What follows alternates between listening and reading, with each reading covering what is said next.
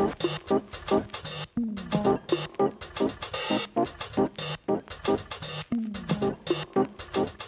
everyone! So magdademo naman tayo ngayon ng turbo time mo. Kung dati, kinukulot natin na nahihirapan tayo, itong turbo kasi mas easy way na siya. Pipindutin mo lang siya dito, mag-on. And then meron siyang left and right. So kung saan mo gustong papuntahin yung curl mo, papunta ba sa face or away from the face. So kukuha ka lang dito ng section by section. Yung ganito karaming buhok, ito yung pwede dun sa pag-curve. And then, hawak ito. Ipapasok mo lang yung section na hawak mo dito sa curl go. And then, pipindutin ito. So, pag pinindit mo na siya nang bahalang magpulot ng buhok. Hintayin mo na lang siyang tumunog. Kapag tumunog na siya, ibig sabihin, na-curl na yung hair. Ready na to remove yung curl go. Okay, so narinig natin tumunog, tatanggalin na natin. Oh, magic. Kulot na siya. Kung ayaw mo na masyadong kulot, pwede mo naman siyang hilahin agad para mas maset siya na mas loose yung curl na outcome ng buhok. Okay? Yan. Oh, one hand lang. Pwedeng one hand lang. Tapos hintay lang. Hintay lang na kulot. Pag tumunog na, pwede na. Kulot na siya. Pwede ako mag-text.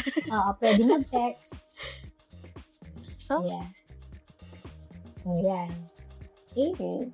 So, mas easy ba siyang gamitin? Yes. Pwede pang multitask. Pwede niyo po siyang dalhin kasi wireless siya. I-full charge mo lang muna siya and then pag nasa party ka na, kailangan mo kulitin yung buhok mo. Gusto mo yung first picture ng hair mo is straight and then mamaya kulot. So, pwede mong gamitin ito. May change of look from day and night. So, kailangan intayin yung tunog. Kailangan mo lang siya hintayin yung tunog. Huwag mo siya tatanggalin ng dating dito tunog. Ayun. So, kapag tumunog na siya, doon mo pa lang siya pwedeng i-release. So, ganun lang.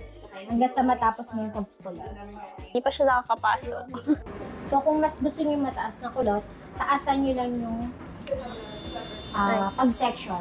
Yung ganyan. So, kung mas gusto mo sa baba lang yung kulot, doon mo lang ilalagay yung curl go natin. Pwede ba siya sa mas mahabang hair? Yes, pwede. Any lang. Ang dali niya gamitin. Dali, di ba?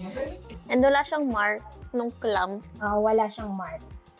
Parang mas mabilis siya and hindi mo kailangan i-guide yung hair kasi may guide siya sa loob. Tsaka hindi na nahihirapan yung kamay natin na kailangan hindi mo kailangan iikot lahat yung katawan mo.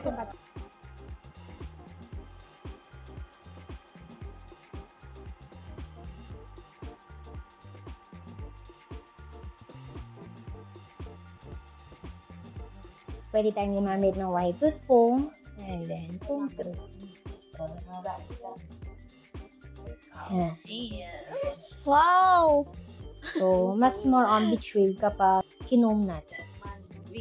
So, maganda yung pagka-comb to kasi pare-parehas yung way ng pag-curl natin. So, oily na yung hair. Halimbawa, maghapon natin yan. So, nag-style yung product. So, meron tayong dry shampoo.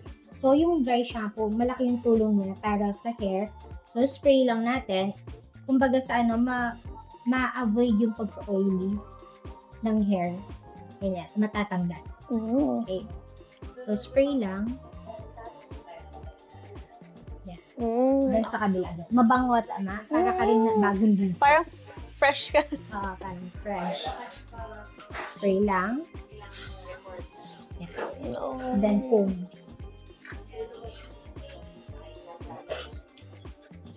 Ayan. Then, comb lang.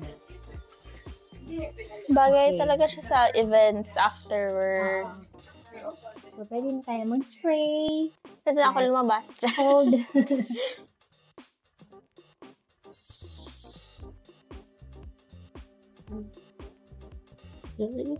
So, ganun din dito sa kabila.